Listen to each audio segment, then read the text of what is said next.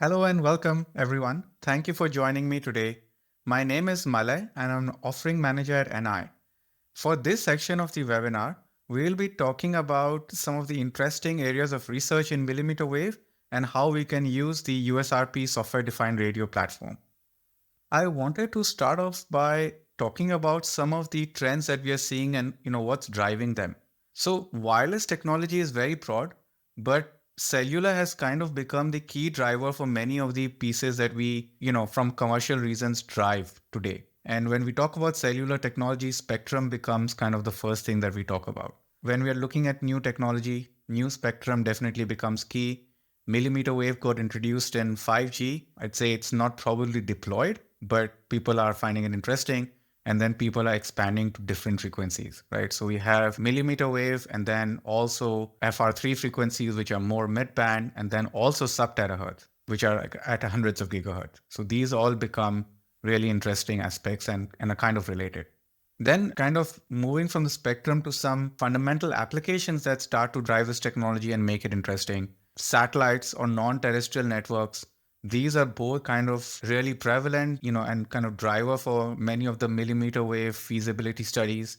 And then also sensing and communication, autonomous vehicles, cars and trucks and others, they all need to sense, right? And they all need to communicate all the time.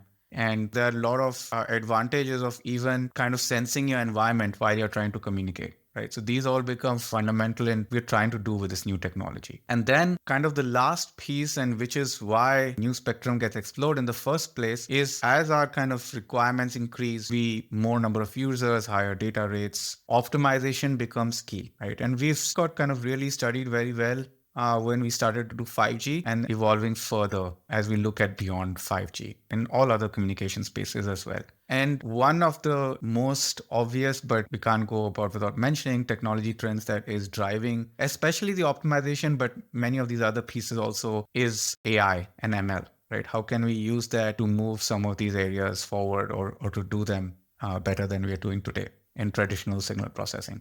So this is kind of a whole new area that adds another dimension to a lot of the research that we're doing. As we kind of talked about earlier, cellular seems to be, from a commercial sense, a lot of kind of the key driver for new research areas to be looked at. And so it makes sense to look at timeline on which cellular technology works. This is a fairly popular way to look at it. EG is approximately 10 years. And then maybe, you spend the first 4 or 5 years evaluating, exploring all the different possibilities. What are some of the key applications that you envision that's going to drive these requirements in the future? And then maybe the following 5 years in working on which one of these will go into the standardization. And right now, somewhere in the cusp, right? And I'd say this is probably the peak period where we want to kind of start trying to understand the answers of the research that we're doing. Right, and hopefully start converging to some of the key things that we want to put into the 6G standard. As we saw earlier, there are many different kinds of technologies and many different areas that we could focus. Why millimeter wave? And I'd say one of the main reasons why we started thinking about millimeter waves was the most obvious, right? Because of the availability of spectrum, where for the sub 6 gigahertz, it's very kind of densely utilized and kind of squeezed out almost all that we can for the sub 6 gigahertz. And as the data rates and requirements increase, we want to find out where we can get that. And moving up the frequency chain is one of the kind of first things that we would look at. And we did that for 5G. We haven't fully solved it yet. There's still many open challenges, especially kind of in terms of kind of the mobility use case. But nevertheless, we see some pickup. Some of the new things perhaps we didn't really consider when we started talking about millimeter waves and was kind of this prevalence or importance of sensing in communication, right? Being able to sense the environment that you communicate helps you communicate better. And then also applications that require both. An autonomous vehicle kind of comes to mind, but there are many such as AR,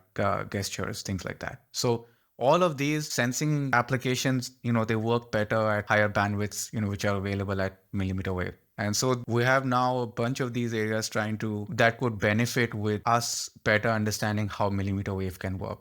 And that's kind of the motivation on why we're doing this webinar today and why we would like to see some research in this area.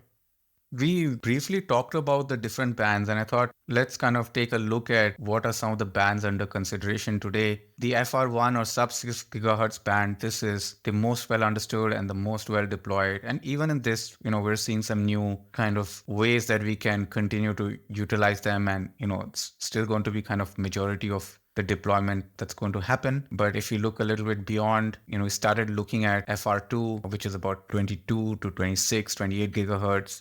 And then, of course, 40 and so on in the 5G days. And then now FR3, which is kind of the mid band, between 10 and 20, 22 gigahertz. This is also becoming an interesting band for us to look at because it's utilized in some kind of geographic areas, but which also means that for a lot of the places, the band is still empty, right? And so maybe that could be a little bit easier to use somewhere between what we're doing, how well we understand sub 6 versus the challenges in deploying millimeter wave in terms of range and mobility and things like that, and cost also. And then as we look at some cutting edge applications that may drive next level technology like XR, AR, VR, then sub terahertz, which has even more bandwidth available. And so not only can kind of transmit copious amounts of data, but also can increase the sensing accuracy in kind of the short distance that it can reach immediately, right? So all of these kind of become different use cases that may drive millimeter wave from the generic communication to more maybe specific application-based use cases. And that's what kind of is keeping us interested in this space. So now coming to some of the interesting parts as well, how do we kind of look at, how do we research these areas? What are some of the tools available? And, from NI, we have, I'd say, broadly 2 platforms that could be used to set up millimeter wave systems, understand them better, and look at different research, kind of study different areas. We have the USRP platform. I think most of you would be very familiar with this. This is kind of our go-to platform, and it has a long range of products in it, but it kind of optimized for size and weight and cost, can do multiple channels typically, but also maintains the software-defined radio architecture and has a very, very extensive kind of library and community built around it, right? Making it kind of providing you some really good starting points for maybe the different applications that you're targeting. And then we also have slightly larger, but, higher performance, maybe instrument grade systems, have kind of additional perks like they're all calibrated. They typically can handle larger bandwidths and larger data, and then have some very, very good kind of data aggregation and synchronization architectures all built into the platform, right? And so if you're putting together kind of more of a system level setup and, you're really trying to push the limits of where millimeter wave or sub terahertz can go, then this could be also a good platform to consider. So each have their own strengths, and, we'll kind of go into how we can use them and for what kind of applications that we can target. So with that, let me start with the USRP X410 because, in some sense, I feel like this is the default USRP to be considered if you are looking to kind of start dabbling into setting up millimeter wave systems. It has kind of the extended bandwidth, with 400 megahertz, and the inbuilt frequency range is up to 7.2 gigahertz. And this is where, we can pair with the TMYTEK up and down converters and the BBox beamformers to kind of translate the RF to millimeter wave frequencies, right? And then you can use that to set up a full end-to-end millimeter wave system. And it's based on the Xilinx RF SOC architecture. So you have a lot of the kind of signal processing capability that that comes with the FPGA. And then we have LabVIEW and UHD and GNU Radio to help you program, right? So it works with MATLAB, it works with GNU Radio, it works with LabVIEW, almost any software, OAI, open air interface, right? And so, we'll see some of that later on, but it's a really versatile USRP platform, much in the mold of kind of where USRPs have been strong, but, we've now increased like a lot of the RF and signal processing capability with this. We also have another product based on RF SOC architecture, Xilinx RF SOC architecture. And this is our kind of latest USRP. It's the X440. It exposes all 8 channels that are available on the Xilinx RF SOC and provides for much higher bandwidth. This can do about 1.6 gigahertz per channel, and it's IF only, right? So it does IF or baseband only. So you definitely need a front end to put in front of it. to reach millimeter wave, right? Or any other frequency. But the additional bandwidth could be valuable, right? When you are looking at higher frequencies and maybe you want to test kind of your waveforms or other things at these very high bandwidths that it supports. And then again, from a programming perspective, this one focuses more on open source capability. So, we have the UHD drivers and GNU radio, and you can stream a lot of the IQ data directly into powerful PCs for some post-processing or do some of the signal processing on board on the Xilinx SOX RF FPGA. One other thing, the X440 also supports phase coherence, right? And so that's very unique and I think could be valuable for many applications, especially as you increase bandwidths, it becomes harder to keep things stable and phase coherent, but this USRP supports that. So this could kind of look at applications that both use kind of communication technology and MIMO, but also maybe radar and things like that. Right? So it's a little bit more versatile, but also it needs a front end in front of it. Now that you have these USRPs, how do you set up a system millimeter wave research, right? And so maybe just starting off by kind of exploring some of the areas that we've seen are popular for research in this area. So channel measurements, that's always key. Channel is important for any communication system. And honestly, probably FR2 channels are not as well understood as sub-6, right? For which we have very strong signal processing efficiency and capability. Maybe a little bit less understanding for FR2. Then communication and sensing, both to sense the kind of objects and things like that, but also to sense the environment, right? So you can maybe adjust your communication to perform better in different environments, right? And then some new areas coming up, kind of fundamental new materials, technologies, reconfigurable intelligent surfaces. These help direct the radio waves, corners and things like that. And for millimeter wave, this becomes really important, right? Because, you typically need line of sight and you need to be able to direct the beam, right? As opposed to sub-6, which is more kind of omnidirectional. And so these kind of technologies could be really good at aiding the adoption of millimeter wave. Beam forming, beam management, beam steering. These are just fundamental technologies needed for communication, all stem from the fact that, as you grow higher in frequency, your range decreases, right? And so you need to form beams and you need to manage and to find the device. And if, if you're really looking at mobility use case, you need to be able to track them. So these all come fundamental. And then MIMO, we talked about it earlier. Again, it's almost impossible to do millimeter wave without MIMO. So it's kind of even say a core piece of technology. Kind of set up prototype and research some of these applications. What does a typical system look like, right? So this could be one option. So we have the TMYTEK beamformers and the up and down converter as kind of the front end that operates in the millimeter wave frequency ranges, it up converts. Then we have the USRP, which is the radio and the workhorse. It does signal processing. It does kind of the RF piece. And then we have the PXI chassis, which is great for some of the controlling at the system level, aggregating all the data, storing it. Maybe you want to post-process it in MATLAB. So this kind of helps you do all that. And then we can also add things like FPGA coprocessor cards that could do some of this processing real time inline. And that could really accelerate post-processing and then things like channel sounding and stuff, it helps you kind of do the channel sounding and channel measurements much faster, right? If you're able to do some of the processing in line on the FPGA. And then we have some software kind of that glues the whole system together, making it easy to use. So all the controls, the frequencies, and sometimes, as you're doing higher bandwidths, there's actually quite a bit of optimization needed so that, you kind of maintain the integrity of the data flow. And so we've taken care of a lot of that in this kind of glue software that we've built.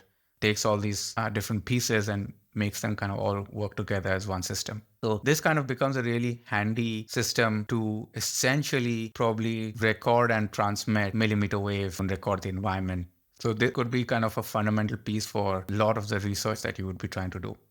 And then there's like another category of research where you require an end-to-end system. Like that means that you kind of not only need the physical layer and the waveform, but you're looking at more from a system level. So you maybe, you need to measure things like throughput, or sometimes it's just good to have a demonstration that is kind of more closer to real life. And for that, we have this millimeter wave system that uses the OAI or open air interface 5G software stack. And here I have to call out and thank our partner, AllBeSmart, who've done kind of a lot of the work of integrating and putting this stuff together. And they work closely with TMYTEK and with us to do this. And now I'd say, we have probably one of the world's only open standard compliant 5G FR2 system. And you'll see this in the demo later today and, perhaps got talked about a little earlier as well. We're really proud of this. And I think it's going to be kind of a really great starting point for a lot of end-to-end 5G research. And the base station side, we have this OAI box, which is a server that has all the right software stacks and drivers in the software, and a really neat dashboard kind of where you can see everything. And then we have the USRP that acts as a radio, and then the TMYTEK device that converts and sends out the signal over millimeter wave. And then on the UE side, it gets really interesting because we have, again, both options. One is you could have a similar setup on the UE side where, we have a USRP and the server and TMYTEK and the whole system acts, but this time acts as a UE. So it has a UE software running versus the base station software earlier. But also you could replace that with a COTS UE device, must support FR2 and SA. And, we have some options and, you can reach out to us to understand what are kind of some of the current models that work. This kind of having the COTS UE connect to it kind of gives the whole setup a certain legitimacy, right? Like this is real, this actually works. And so this would provide like another really great starting point for showing different capabilities for millimeter wave. Then just kind of rearranging some of the same components, but in a different way to tackle another very interesting and key area. And that is for AI and ML. Once you're looking at implementing AI and ML models into your wireless system, you need to train them. And typically what you would do is you would start off with synthesizing some data with MATLAB or some of these other tools, and then use that to train your algorithm. We all know that real world many times is not what get in simulation. And I'd say for FR1, that was the case. And then for FR2, we understand even less. And so it becomes kind of what we've noticed is that it becomes, our models and so on for FR2 are not as good. And, there are many cases and different scenarios where, there are impairments and so on in the real world that don't get captured in this synthetic data. And performance of your model is going to depend a lot on how good the training data is, right? And how good the validation data is. And so we've created this reference architecture, and it's all free and open source that runs on the USRP. And essentially what you're able to do is take this USRP out into the environment and collect real world environment data and store it in what we call as a SIG-MF format. It's an open source format. And this makes it easier for you to create kind of a data bank and then be able to train your model for different scenarios, right? And because, the way we store the data, it has like not only the kind of raw RF data, but also like a header file that's able to capture a lot of the kind of scenarios or requirements or circumstances in which these data, in which the data was captured. And that kind of helps you to generate all these different scenarios. And then, so it works for FR1, and then for FR2, again, the same thing, we have the TMYTEK devices, and, you can start capturing data millimeter wave frequencies by plugging the TMYTEK up and down converters in front of the USRP. And all of this software to store and post-process the data and tag it correctly and so on, this is all free and open source, and it's available on GitHub. You can get the link from us, or it's there on the slide.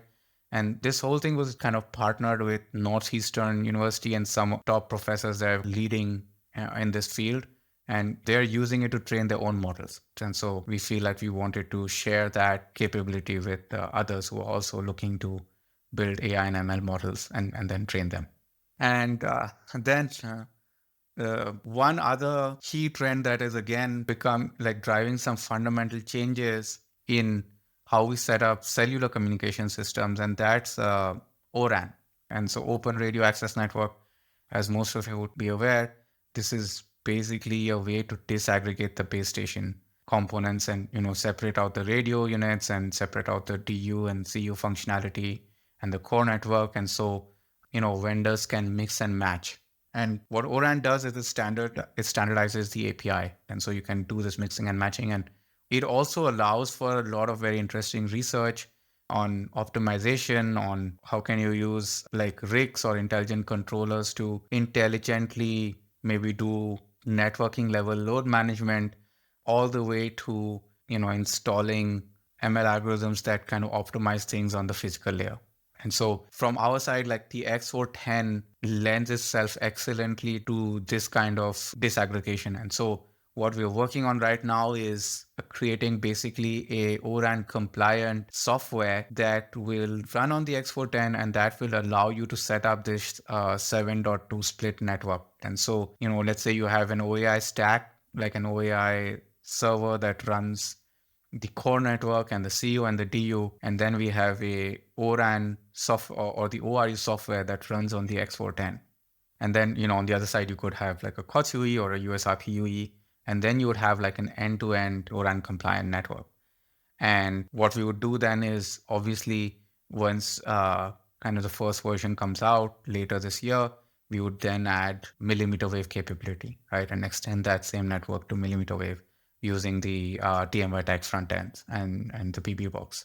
I guess one thing also want to talk about, like when we talk about mmWave, especially in communications and 5G, the beam management becomes really key. And one of the areas that NI and TMYTEK have invested in is to make sure that like the beam management and the beam switching IP, they can get integrated, right? And so you're able to switch beams on the TMYTEK BBox within like the timeframes required by 3GPP. And so that'll, as you set up like end-to-end 5G FR2 networks, this feature will become really important. So we've talked a lot about mmWave. I also wanted to spend a couple of minutes on FR3. We mentioned it kind of in the beginning of my presentation, and maybe I just thought I'll share a little bit more. So 5G midband is something that got interesting, I'd say much more recently, maybe in the last year or two. And it's got interesting because of, I'd say a big reason was the challenges in deploying mmWave technology in real life, cost, and also kind of the difficulty in getting the mobility use case supported, practical difficulties. And so midband seems like a good compromise, like it's still closer to sub-6 where we know how to deploy and where we're really good at it, and mmWave where we're seeing a lot of challenges, right? So midband seems okay, kind of an in-between. And so theoretically that should be kind of a good stepping stone, and it's not as crowded as the sub-6. So that's why this band has become interesting. Maybe like at the same time, there are definitely quite a lot of challenges before this can be kind of considered a real kind of a very concrete band for 5G or beyond 5G, maybe 6G, whatever you want to call it. And there are a lot of other applications or other, entities that use this band. And so we got to be careful on what's available. And then, there's some additional complications, like different countries have different areas of that band available, right? Versus for mmWave where nobody was using it. Well, not many people were using it anyway, right? Midband, almost everybody's using it, but not for communication. So we've got to find some common bands that would work across a lot of geographies. And then there also has to be kind of a cost benefit analysis. Bandwidths available for midband are probably more than what's available at sub-6, but also still much less than what's available at mmWave and beyond. And so will we gain enough by deploying in this band? That's also not 100% clear, but definitely interesting to explore. So I wanted to maybe use just some of the things that we talked about today from a trends perspective, but also how kind of that fits into the overall picture, right? And so talked a lot about mmWave, FR3, and things like that. And what I want to share is that it's not like sub-6 is going away. That still seems to be, where the primary deployment is going to be. But could probably happen is there would be specific areas or specific circumstances or specific applications that would, which would be a subset of the overall huge communication basket, and where it will start to make sense to deploy these technologies for those specific areas. So maybe capacity could be one differentiator, places where it's very dense and has a very high data need that could absorb the cost required to deploy infrastructure at higher frequencies. Also, maybe specific applications like on terrestrial networks, satellite communications, sensing, AR, all of these could also provide like specific use cases for the deployment of millimeter wave. So number of applications that could use millimeter wave have increased. And even though there were challenges for 5G, when you try to deploy millimeter wave for 5G, we still see this as kind of one of the most interesting areas. And we would like to support those looking to evaluate feasibility, looking to wait in this area. And that's why we have this partnership with TMYTEK and others, so that we can use the USRP platform and use some of this great software that's available to put it all together and provide you some great kind of starting point for systems, doing different types of applications. It could be end-to-end, it could be maybe sensing, more to do with a waveform, and also looking at AI and ML, things like that, right? So we have a pretty kind of strong lineup that could support a lot of these interesting research areas. And, we hope to be able to see you deploy some of this, and we would be happy to talk to you if you're looking to build some of these millimeter wave systems, and be happy to talk to you and share with you what we can do and how we can support you for that. Thank you again for joining us. Got a chance to talk to you. And now hand it back to TMYTEK. Thank you.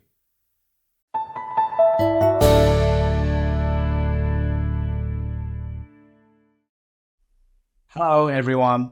Welcome to joining us today. I'm thrilled to have you with us as we dive into the exciting world of millimeter wave technology.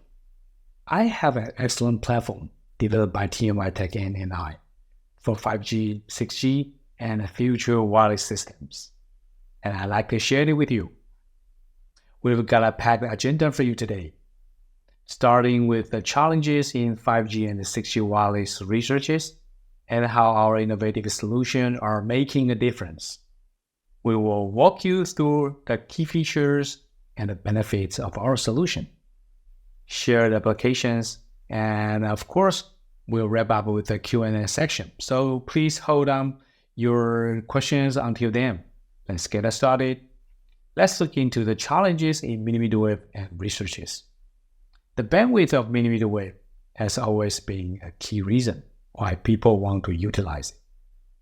However, effectively using millimeter wave in communication is filled with numerous challenges. First up, signal attenuation is a fancy term for how signals tend to weaken as they pass through the air or obstacles, a particular pesky issue at the millimeter wave frequencies, so that their issue of ranges and coverage. These high-frequency signals doesn't travel as far or penetrate materials as well as their low-frequency counterpart, all this limiting their reach. The second challenge we are facing is related to hardware difficulties.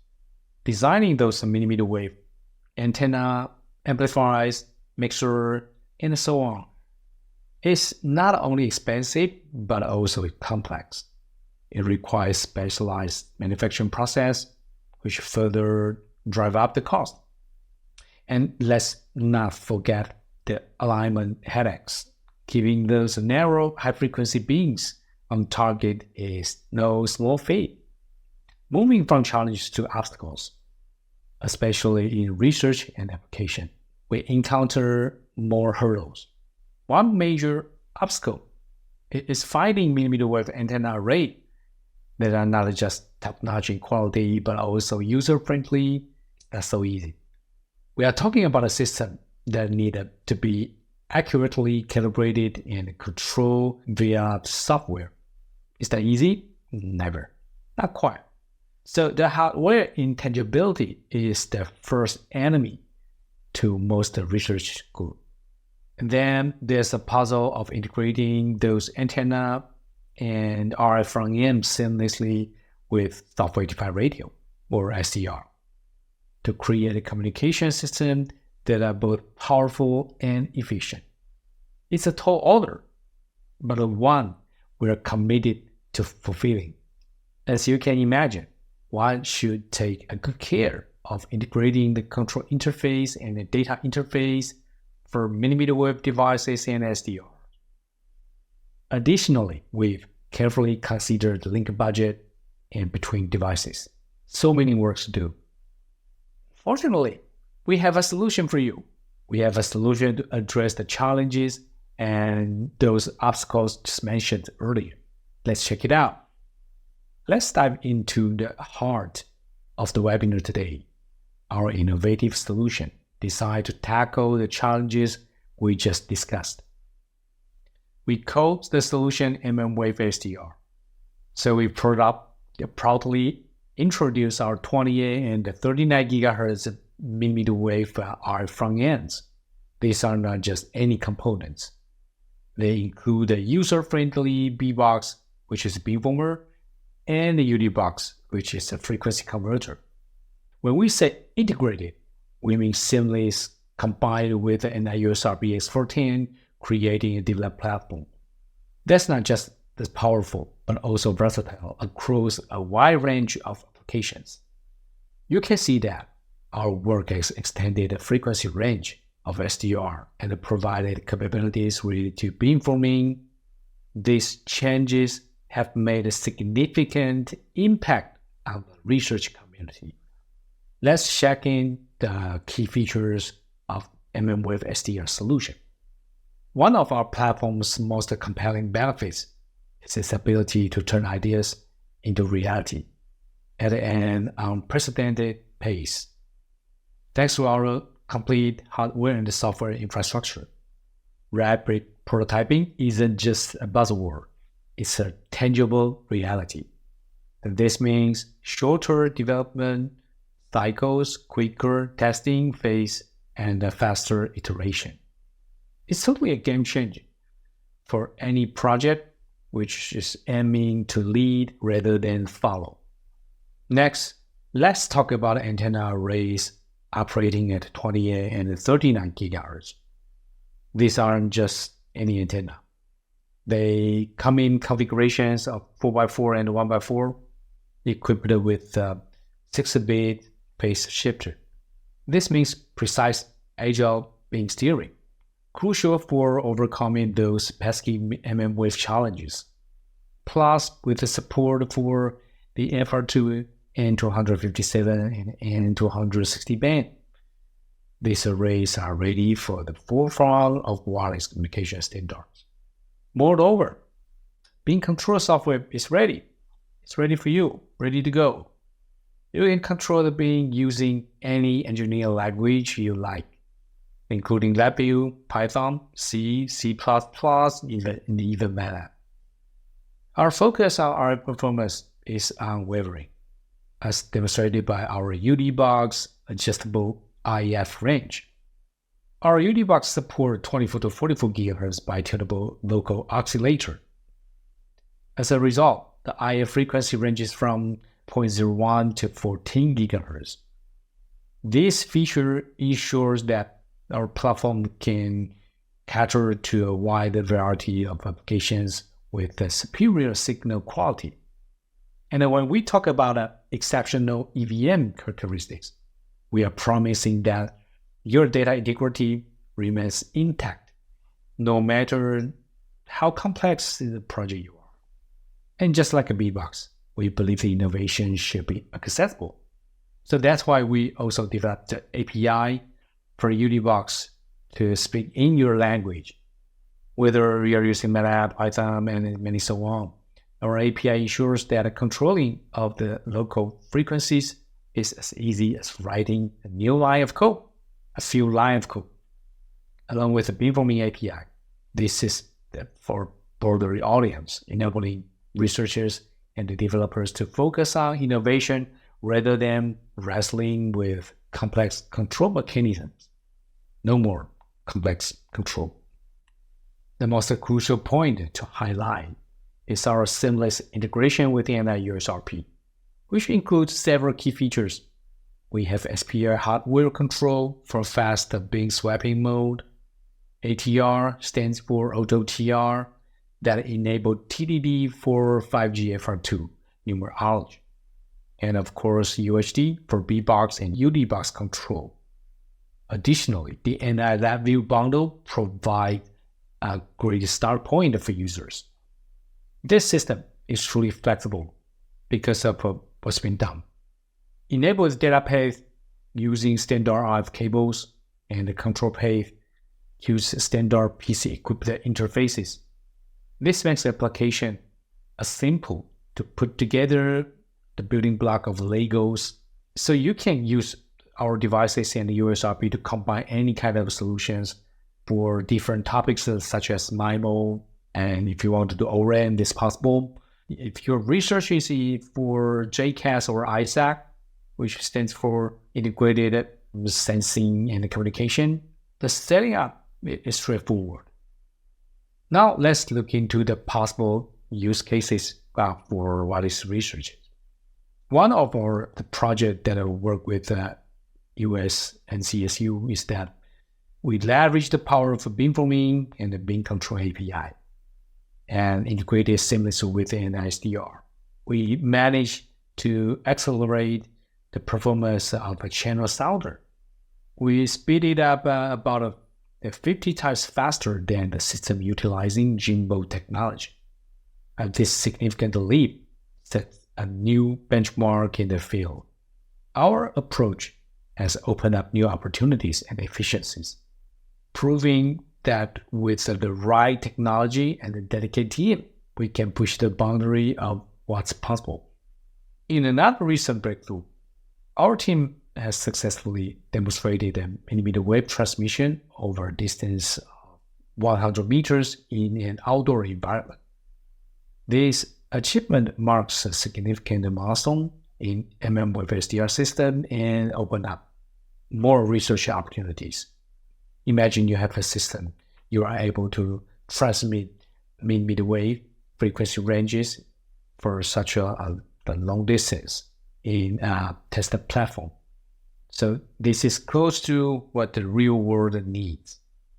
On top of mmWave-SDR, I'm extremely honored to announce to all of you that our mmWave-SDR system can be effortlessly upgraded to a complete end-to-end 5G FR2 platform, as illustrated in the diagram, by connecting the OAI box platform, which is developed by our partner OB Smart. Our solution instantly transformed into a 3GPP-based platform capable of end-to-end transmission between G node B and the UE.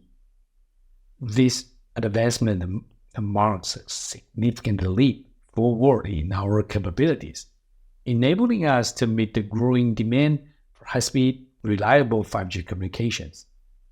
This is also a great platform for the researchers like you. We build the tools, you use the tool, you create the magic. Let's take it a step further. I'm thrilled to share that NI, in collaboration with us, offering a split 7.2 ORAN reference architecture based on the mmWave OAI box framework. This innovative move will provide a reference platform for ORU, ODU, and OCU. This development is not just a testament to our commitment to advancing 5G technologies, but also it's a clear indication of our dedication to open and interoperable networks.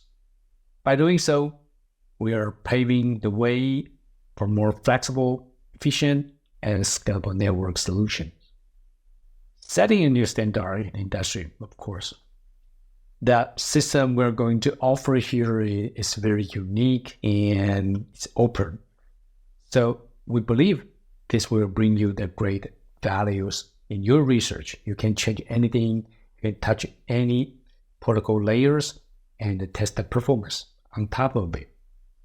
At this moment, the solution based on OAI box now support both the split 8 and with the commercial ORU based FR1 split 7.2. Even more impressively, we have successfully achieved communication with iPhone 14 Pro Max. This milestone not only demonstrates our platform's versatility and cutting-edge capability, but also marks a significant achievement in enhancing connectivity for the latest consumer devices. Let's check the video a little bit.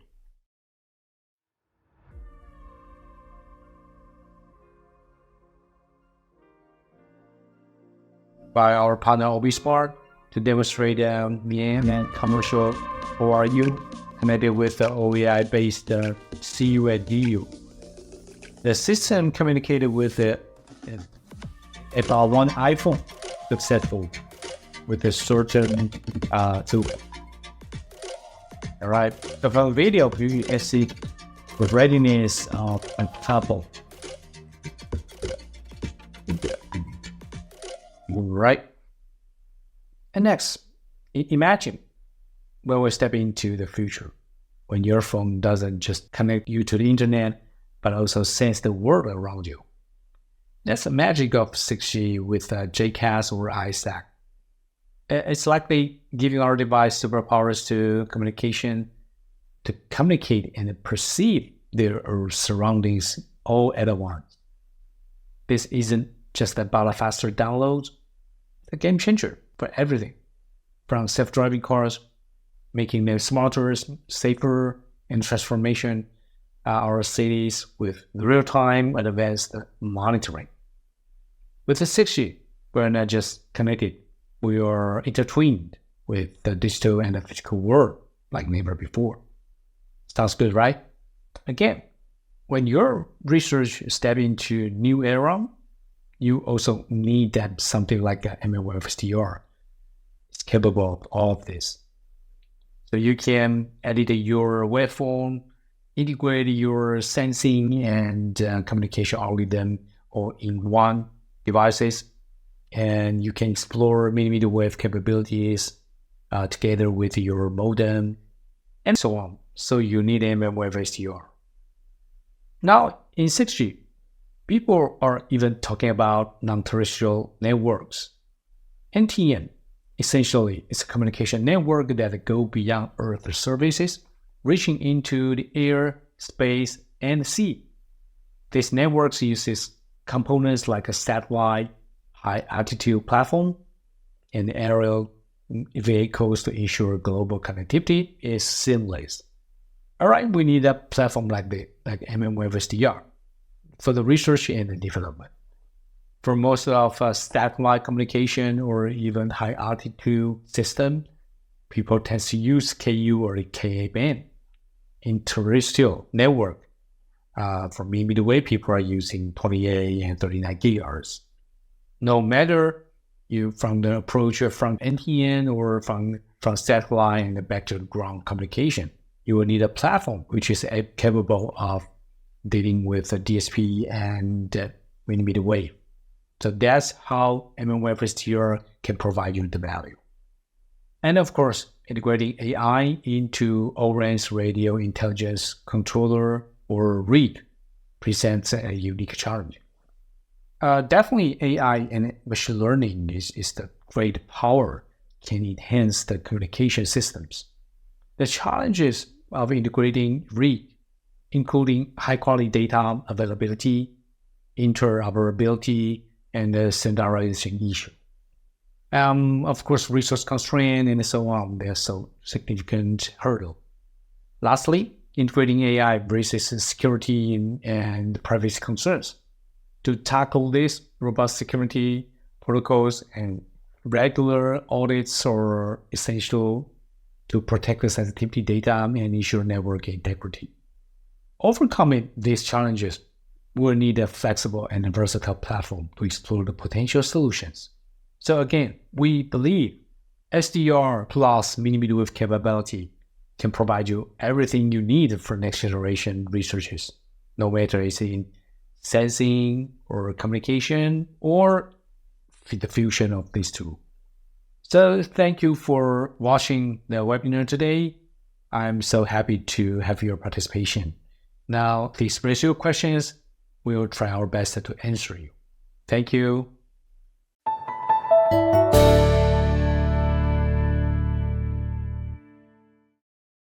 Hello, this is Ettus from TMYTEK. It's my pleasure to introduce the latest result. TMYTEK and OBSmart work together. We enable FR2 on OAI. So here you see a true FR2 OAI transmitting both the uplink and downlink were transmit in millimeter wave band, 26.5 GHz we have a G node B, we have a UE. As you can see, USRP X410 along with our BBox and UD-box as a RF phone in. OAI box, as usual, we have a core network, the CU and DU. Now here, I launch UE code. The stack is running, and from here, you're able to see the testing result, which is 60 megabit per second throughput, can be seen from OB Smart dashboard. So that's where we are. Next, we are working on TDD. We will enable big switch and the TR switch on BBox along with the USRP. So after this, you will see one BBox for G node B, another BBox for UE. And then we're done here. It's a very important milestone for next. Thank you.